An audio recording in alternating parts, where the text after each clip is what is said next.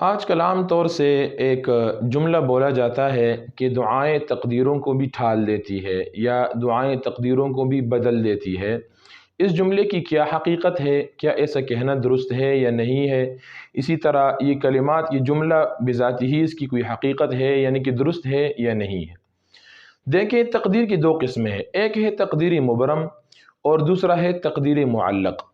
تقدیری مبرم وہ تقدیر ہے جو اللہ رب العزت کی طرف سے اٹل فیصلہ ہے، جو پکا ٹکا فیصلہ ہو چکا ہے، اس میں کوئی رد و بدل، کوئی تبدیلی نہیں ہو سکتی ہے، جس کی طرف نبی کریم صلی اللہ علیہ وسلم نے حدیث میں بھی اشارہ کیا ہے کہ رفعت الاقلام وجفت الصحف، وجفت الصحف،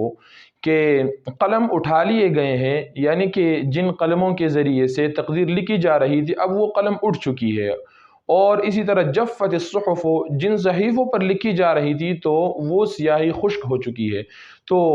یہاں پر ان کلمات سے اسی تقدیر کی اسی قسم کی طرف اشارہ ہے، تقدیر مبرم کی طرف، کہ اس کے بعد اس میں کوئی رد و بدل، کوئی تبدیلی نہیں ہو سکتی ہے۔ دوسری قسم ہے تقدیر معلق۔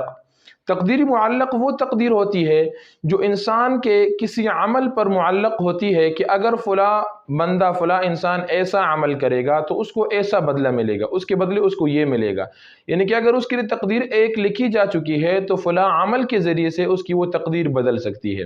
جس طرح کے احادیث سے جو ہمیں ملتا ہے وہ یہ ہے کہ دعائیں، یعنی کہ نبی کریم صلی اللہ علیہ وسلم کا فرمان ہے، سنن ترمذی میں یہ حدیث ذکر ہے، حضرت سلمان فارسی رضی اللہ تعالیٰ عنہ اس حدیث کے راوی ہے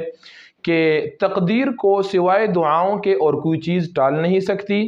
اور عمر میں اضافہ وہ نیکی کے علاوہ کوئی اور چیز نہیں کر سکتی۔ تو اس سے اشارہ ملتا ہے کہ اگر کوئی اپنی عمر میں درازگی چاہتا ہے،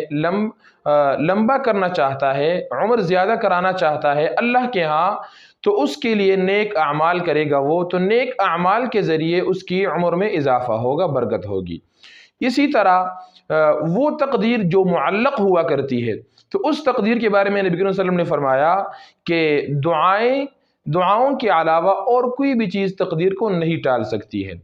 تو یہ جو کلمہ کہا جاتا ہے اس کی حقیقت بھی درست ہے، اور عام طور سے لوگ جس طرح بولتے ہیں تو اس میں بھی کوئی حرج نہیں ہے، بالکل جائز کلمات ہے، اس میں کوئی ایسی بات نہیں ہے کہ بندہ اس سے گناہگار ہو جاتا ہے۔ لیکن یہ چیز سمجھنا ضروری ہے کہ اس کلمے سے مراد تقدیری مبرم نہیں ہے بلکہ تقدیری معلق ہے، اور معلق کے بارے میں نبی کریم صلی اللہ علیہ وسلم سے احادیث میں جو منقول تھا وہ آپ کے سامنے عرض کر دیا